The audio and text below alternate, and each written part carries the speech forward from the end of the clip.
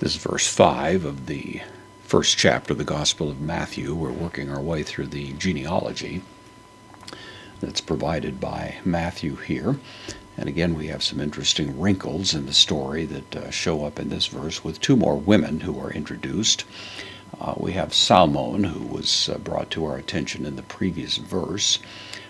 De, postpositive, again a son, again the word genao, to become the father of, to beget, so on. So Salmon begat, or became the father of Ton Boaz, who is, of course, Boaz, character in the Old Testament who plays prominently in the story of Ruth.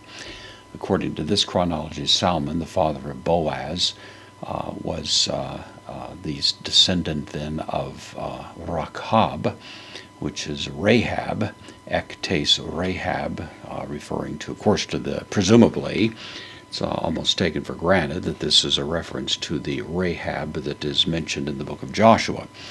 If that's the case, then it presents some rather striking chronological challenges, because, of course, Rahab would have been in a time frame somewhat earlier. But again, Matthew is apparently stylizing the genealogy here a bit to make his point, and so we can assume that there may be a generation or two that's being dropped out.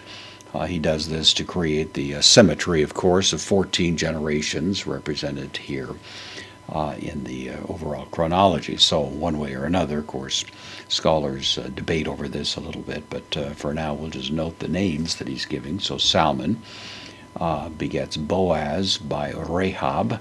Boaz himself, De, again a son, same word, Ton Obed. This is Obed in the Old Testament. So Boaz, through Ruth, becomes the father of Obed, ektes Ruth. Of course, this is a reference to the Ruth that we know of in the Old Testament book.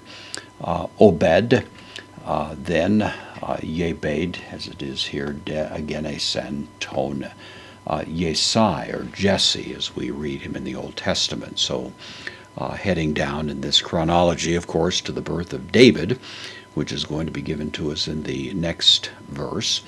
But again, we'll notice that the genealogy is clearly being massaged a little bit here by Matthew to serve some purposes that he has in mind, especially in making his case to a Jewish reading audience. So whatever we want to make of that, I guess we'll just leave it aside for the moment. But these are the names, at least, that are known to us in the Old Testament that do, in fact, figure into the genealogy. I might mention that the actual marriage of Rahab has been, in some Jewish literature, tied to Joshua. It's possible, of course. We don't know otherwise. Rahab's not ever mentioned in terms of her marriages or children, and so that's left to somewhat speculative material that's found in Jewish literature, and so for whatever that's worth, we can refer the case there for some possible further light on the subject.